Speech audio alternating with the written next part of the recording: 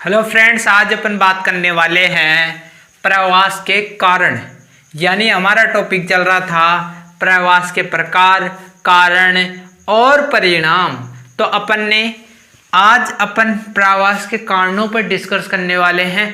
पिछली वीडियो में हमने डिस्कस कर लिया था कि प्रवास का अर्थ क्या होता है, प्रवास के आंकड़े किस प्रकार कलेक्ट किए जाते हैं, उसमें धारणाएं देख ली थी और स्थानिक विभिन्नता भी देख ली थी कि किन किन क्षेत्रों में ज़्यादा प्रवास होता है, किन किन क्षेत्रों में कम प्रवास होता है। इन सभी के बारे में हमने डिस्कस कर लिया था। वो पिछली वीडियो वेरी इंपॉर्टेंट वीडियो अपन मान सकते हैं। तो यदि आप उस वीडियो को देखना चाहते हो तो मैं हूं ना, जो उसका लिंक है ना, जो डिस्क्रिप्शन बॉक्स में डाल दूंगा, आप वहां पर भी उसको जाकर देख सकते हो। तो वीडियो को स्टार्ट करते हैं, बिना रुके बिना चूके। एक एक मिनट हमारे लिए वेरी इंपॉर्टेंट माने जा सकते हैं। तो शुरू करते हैं कारणों को। यानी प्रवास के कारण दो जिम्मेदार माने जा सकते हैं। मैं आपको बता दूं कि मानव अपने अपने स्थानों पर जन्म लेता है और उस स्थान पर 15-20 साल गुजारता है, लेकिन उसको किसी कारणवश दूसरे क्षेत्र में जाना पड़ता है। हम सोच सकते हैं कि जब हमारे घरों से अपन का बचपन वहाँ पर बीता है और उस बचपन वाले घर को छोड़कर अपन दूसरे क्षेत्र में जाते हैं किसी कारणवश, क्योंकि अपन ऐसे तो छोड़कर नहीं जा सकते, क्योंकि अपन की भावनाएं वहाँ पर जुड़ी होती हैं और कुछ कारण ऐसे पड़ जाते हैं कि उन कारणों के कारण ही अपन को दूसरे घर में जाना पड़ता है, दूसरे स्थान पे जाना पड़ता है, नगरों में जाना पड़ता है। तो आज वही देखेंगे कि आखिरकार में मानव के सामने ऐसे कारण क्यों आते हैं। तो दो कारक जिम्मेदार माने जा सकते हैं मानव के एक स्थान से दूसरे स्थान की ओर प्रवास करने के। ये दो कारक इंपॉर्टेंट है, इन चीजों को समझ लेना, ठीक है। पहला जो कारक है वो प्रतिकर्षण कारक माना जा सकता है। यानी प्रतिकर्षण कारक, ये कारक क्या होता है? यानी जो लोगों को निवास स्थान और उद्गम छुड़वाने का कारण बनते हैं। यानी जो लोगों का जो निवास स्थान होता है उसको निवास स्थान और उद्गम स्थान को छुड़वाने का कारण बनते हैं। ऐसे कारणों को अपन प्रतिकर्षण कारक कहते हैं, ठीक है। यानी कोई चीज अपन के सामने ऐसी आ जाती है, उस चीज के कारण ही अपन अपने घर को छोड़ना ही पड़ता है और छोड़ते हैं। यदि अपन उन कारणों के कारण, उन कारकों के कारण अपने घर को नहीं छोड़ेंगे तो हमारा काम नहीं चलने वाला है। उसी कारक को अपन प्रतिकर्षण कारक के नाम से जानते हैं। इसके मैंने उदाहरण भी लिखे हैं, उन उदाहरणों को भी पूरी तरीके से समझने का प्रयास करना। जैसे बाढ़, सूखा, चक्रवातीय तूफान, भूकंप, सुनामी। अब एक एक को इस फॉर्मूले पर यानी इस कारक पर अपनाने का प्रयास करेंगे। बाढ़, आप देखोगे कि किसी स्थान पर, यानी अपन जिस जिले में रह रहे हैं, जिस स्थान पर रह रहे हैं, वहां पर यदि बाढ़ आ जाती है तो अपन को अपने घर छोड़ने ही पड़ेंगे, क्योंकि यदि अपन घर नहीं छोड़ते हैं तो हमारी जान भी चली जा सकती है। सरकार रेस्क्यू टीम आती है, वो हमें वहां से निकालने का प्रयास करेगी और दूसरे स्थान पर शिफ्ट करेगी। तो ये जो बाढ़ का कारण है वो प्रतिकर्षण कारक माना जा सकता है। आगे देखते हैं सूखा। सूखे का मतलब ये होता है कि पानी की कमी होना, जल की कमी होना, इतनी कमी होना कि अपन को उचित पानी ही नहीं मिल पाए, उचित जल ही नहीं मिल पाए। इसी कारण अपन को घर छोड़ना ही पड़ेगा, क्योंकि जल ही जीवन है। यदि हमारे पास में पीने का जल ही नहीं है तो हम उस स्थान पर नहीं रुकेंगे, अपन को दूसरे स्थान पर शिफ्ट होना पड़ेगा। और यह भी प्रवास का कारण बनता है और यह भी प्रतिकर्षण कारक में आता है, क्योंकि हमें घर छुड़ाने के लिए बाध्य होना पड़ रहा है और अपन को घर छोड़ना ही पड़ेगा। आगे अपन देखेंगे आगे आपको ये जो उदाहरण मिलेगा, चक्रवातीय तूफान, यानी समुद्रों के पास में जो आपके पास में गांव बसे रहते हैं ना, समुद्रों के पास, समुद्रों में चक्रवातीय तूफान आते हैं। यानी चक्रवातीय तूफान क्या होते हैं, ऐसे घूमने वाले, यानी गोल गोल गोल गोल गोल गोल ऐसे घूमते घूमते बुरी तरीके से तूफान में इतनी बुरी तरीके से तूफान आते हैं कि इन तूफानों के कारण जो पास में घर बसे हुए हैं समुद्र के पास में, उनको वहां से दूसरे स्थान पर शिफ्ट कर दिया जाता है। तो प्रकृति के सामने कोई टिक नहीं पाया है और यह भी प्रतिकर्षण कारक अपन मान सकते हैं। और यदि ये कारण हमें घर छुड़ाने के लिए मजबूर करेंगे तो ये भी प्रतिकर्षण कारक में आता है। आप भूकंप देखोगे, भूकंप से जब भूकंप आता है और ज़्यादा ही भूकंप आता है, वहाँ पर अपन की जान बचाना ही मुश्किल हो जाता है भाई। यदि तीव्र भूकंप है तो अपन को वहाँ से दूसरे स्थान पर शिफ्ट होना ही पड़ेगा, तो वो भी प्रवास प्रतिकर्षण कारक के कारण ही हो रहा है। आप सुनामी देखोगे, यानी समुद्र के पास में, समुद्र में जो सुनामी आती है, ऊंची ऊंची लहरें उठती हैं, ज्वार भाटा आता है। ज्वार भाटा यानी जो समुद्र का जल है ना, समुद्र के जल के उतार चढ़ाव को ही अपन सुनामी कहते हैं, यानी ज्वार भाटा कहते हैं। और ज्वार भाटा तीव्र हो जाता है तो वो सुनामी हो जाती है। दूर दूर से, यानी पास के गांव होते, समुद्र के पास के गांव होते, वहां पर पानी चला जाता है। इसी कारण वहां के लोगों को वहां से जाना ही पड़ता है। तो ये सारे कारण प्रतिकर्षण कारक में आते हैं। आगे देखते हैं दूसरा कारक जो अपन को दूसरे स्थान पर जाने के लिए मजबूर करता है। दूसरा कारक देखना, अपकर्षक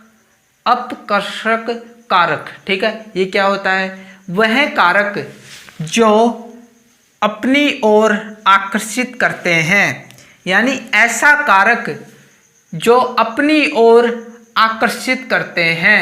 यानी आपको चुंबक का उदाहरण लेकर समझाता हूं। जो चुंबक होती है, उस चुंबक को आपने देखा होगा कि वो लोहे को अपनी ओर आकर्षित करती है, यानी जो लोहा होता है उसको अपनी ओर आकर्षित करती है। उसी प्रकार मानव का स्वभाव भी ऐसा है कि ऐसी ऐसी विचित्र चीज देख लेते हैं कि अपन को उसकी ओर आकर्षित होना ही पड़ता है। जैसे व्हाट्सएप, फेसबुक, जो एक बार व्हाट्सएप, फेसबुक और ये फ्री फायर गेम, पबजी, इनको एक बार चला लेता है ना तो वो उसकी ओर आकर्षित हो जाता है। तो यही कारण है कि कुछ कारक ऐसे हैं जो अपनी ओर आकर्षित करते हैं। ऐसे कारकों को अपन अपकर्षक कारक कहते हैं। उदाहरण के लिए मैं उदाहरण भी आपको दूंगा कि ग्रामीण लोगों को नगरीय क्षेत्र आकर्षित करते हैं। यानी जो ग्रामीण लोग होते हैं उनको नगरीय क्षेत्र है ना जो आकर्षित करते हैं। आपने देखा होगा कि जो ग्रामीण क्षेत्र हैं वो वहाँ पर जो लोग बसे हुए हैं वो नगरों की तारीफ करते हैं कि वहाँ पर भाई रोजगार मिलता है, वहाँ पर शिक्षा अधिक होती है, वहाँ के लोग अच्छे होते हैं। तो ग्रामीण क्षेत्रों के लोगों को नगरीय क्षेत्र आकर्षित किया या नहीं किया, आकर्षित किया ना अपनी ओर, और वहाँ पर लोग जाते भी हैं। ठीक है, तो ये जो कारक है वो अपकर्षक कारक में आ जाएगा। आगे अपन उदाहरण देखते हैं दूसरा, बेहतर अवसर, यानी अपन को ग्रामीण क्षेत्र में, यानी कोई सा भी क्षेत्र हो, वहाँ पर यदि अवसर अच्छे हैं तो हम वहाँ पर कार्य करने के लिए जाना पसंद करेंगे, क्योंकि बेहतर अवसर अपन को नगरों में अच्छे देखने को मिलते हैं। यानी अपन को नगरों में रोजगार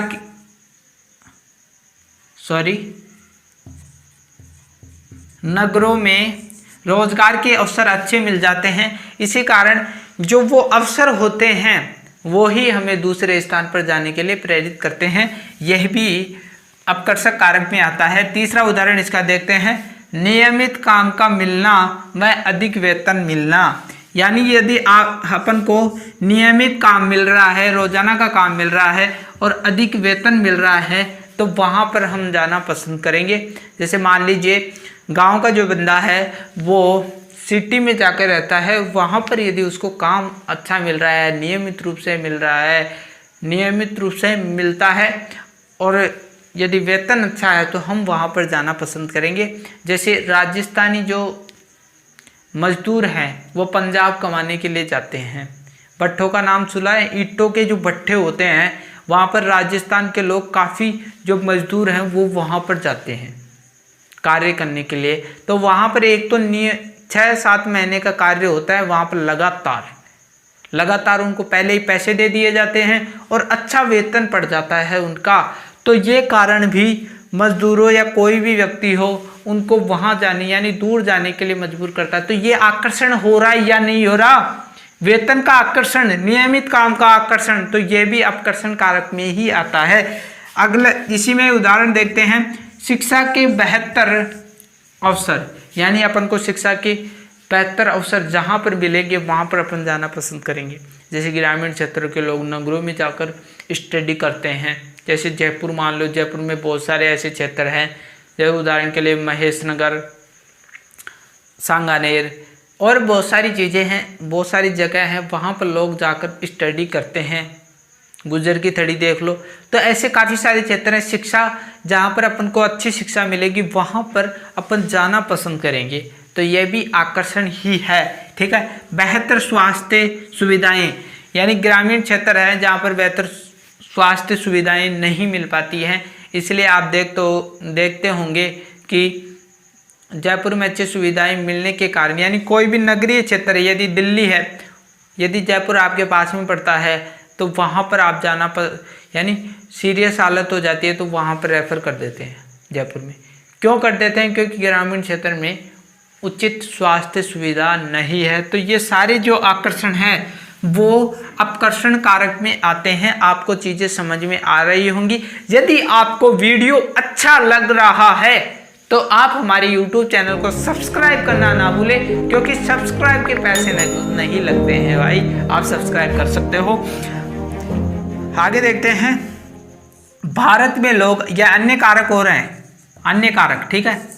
भारत में लोग, ग्रामीण लोग नगरों की ओर प्रवास कर रहे हैं। यानी भारत में जो लोग हैं, दो प्रकार के लोग आपको मिलेंगे, ग्रामीण क्षेत्र में लोग बसे हुए हैं और नगरीय क्षेत्र में लोग बसे हुए हैं। तो आप ये देखोगे कि नगरों के लोग ग्रामीण क्षेत्र में बहुत ही कम आ रहे हैं।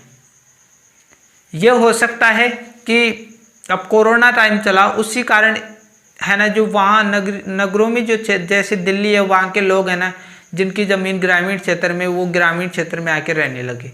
तो कुछ कारण ऐसे हो जाते हैं, लेकिन नगरों के लोग ग्रामीण क्षेत्र में बहुत ही कम जाते हैं क्योंकि वहाँ पर बहुत सारी सुविधाएं नहीं होती हैं। लेकिन जो ग्रामीण क्षेत्र के जो लोग हैं वो नगरों में जाना अधिक पसंद करते हैं। तो यही लिखा हुआ है कि ग्रामीण लोग नगरों की ओर प्रवास कर रहे हैं। क्यों कर रहे हैं भाई? कुछ तो कारण हुआ होगा। तो प्रमुख कारण अपन देखेंगे कि ग्रामीण क्षेत्र के लोग नगरीय क्षेत्र में प्रवास क्यों कर रहे हैं। तो अपन के सामने है ना, जो पहला कारण है गरीबी।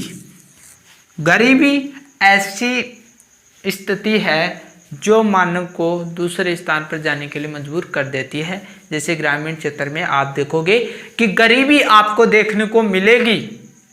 ग्रामीण क्षेत्र में वो रोजगार नहीं है जो नगरीय क्षेत्र में है। वहाँ पर नियमित रूप से अपन ने देखा कि ये सारी जो नियमित क्षेत्र में नियमित काम मिल रहा है, वेतन अधिक मिल रहा है, तो ये सुविधाएं सारी आपको नगरीय क्षेत्रों में मिलेगी। इसलिए गरीबी ग्रामीण क्षेत्र के लोगों को नगरों में जाने के लिए बाध्य करती है। दूसरा आप देखोगे कि कृषि भूमि पर जनसंख्या दबाव बढ़ा। इसको समझने का प्रयास करो। ग्रामीण क्षेत्र में एक रोजगार का साधन कृषि है, लेकिन ग्रामीण क्षेत्र में रोजगार नहीं मिलने के कारण अधिक लोग कृषि करने लगे। अब जितने लोगों की आवश्यकता अपन को कृषि पर है उतने लोग ही तो काम कर पाएंगे। यदि उस पर ज़्यादा लोग दबाव करेंगे, यानी ज़्यादा लोग कृषि करने लग जाएंगे, तो कृषि पर दबाव बढ़ेगा या नहीं बढ़ेगा? कृषि पर दबाव बढ़ेगा। तो कृषि पर अधिक दबाव बढ़ा है, इसीलिए लोग यहाँ पर असंतुलन होने के कारण, दबाव बढ़ने के कारण लोग नगरों में जाना पसंद कर रहे हैं कृषि को छोड़कर, क्योंकि कृषि क्षेत्र में बहुत सारे ऐसे बिल भी आए हैं जिसके कारण किसानों को यानी किसानों की जान लेने पर मजबूर किया है। बिल आए हैं 3 बिल, आपने आंदोलन भी देखे होंगे किसानों के। तो वो आंदोलन क्यों चल रहे हैं? क्योंकि एक कृषि क्षेत्र में बहुत सारी ऐसी वेतन अच्छे तरीके से नहीं मिल पा रहा है, फसलों का अच्छा दाम नहीं लग पा रहा है। तो तीसरा देख लो, स्वास्थ्य, वही बात आ रही है, स्वास्थ्य सेवाओं की कमी, यानी ग्रामीण क्षेत्र में स्वास्थ्य सेवाओं की कमी है, इसलिए ग्रामीण क्षेत्र के लोग नगरीय क्षेत्रों में जाना पसंद करते हैं। आप देखोगे कि शिक्षा के बारे में मैंने खोलकर बता दिया, इसी कारण ग्रामीण क्षेत्र के लोग नगरीय क्षेत्रों में जाना पसंद कर रहे होंगे। ठीक है, अब अपन ये देखेंगे, ये लाइन वेरी इंपॉर्टेंट है, क्योंकि पुरुष और स्त्री, आप देखोगे कि पुरुष और स्त्रियों के प्रवास के जो कारण हैं वो समान नहीं है, यानी पुरुष और स्त्रियों ने जो प्रवास किया है उसके कारण भिन्न हैं। देखिए, प्रवास का कारण पुरुषों के लिए काम और रोजगार, यानी काम और रोजगार पुरुषों का जो कारण बना है, यानी पुरुषों ने काम और रोजगार के लिए एक स्थान से दूसरे स्थान पर प्रवास किया है, लेकिन ये 26% ही बना है, यानी पुरुषों के एक स्थान से दूसरे स्थान पर प्रवास करने के जो कारण है 100% कारण होते हैं, है ना। 100% में से 26% जो कारण है वो काम वह रोजगार है।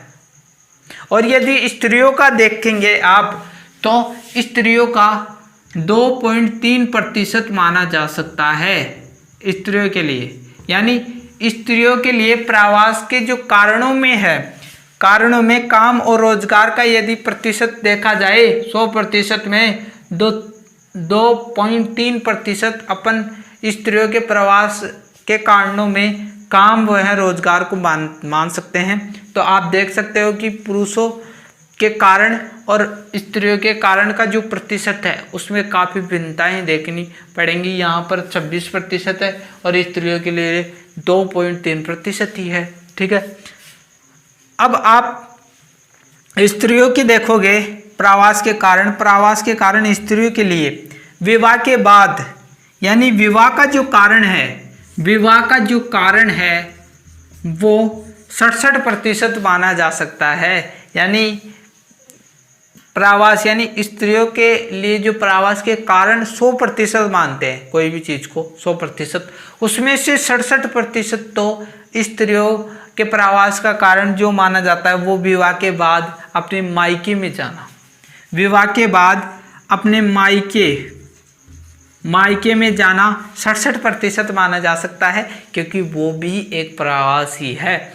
जब एक लड़की, एक स्त्री, यानी लड़की, उसको लड़की मानते हैं क्योंकि शादी के बाद वो स्त्री हो जाती है, तो लड़के की जब सगाई या शादी हो जाती है तो उसको अपने मूलभूत स्थान जहाँ पर उसको जन्म लिया है वहाँ पर उसकी भावनाएं छिपी हुई हैं, उन भावनाओं को छोड़कर, उस बचपन को छोड़कर, घर वाले बचपन को छोड़कर वो मायके में जाती है, तो वो भी एक प्रवास है। और स्त्री 67% जो कारण बना है स्त्रियों का प्रवास करने का वो क्या बना है, विवाह के बाद मायके जाना। ठीक है, तो अपन देखते हैं कि कितना अंतर आया है।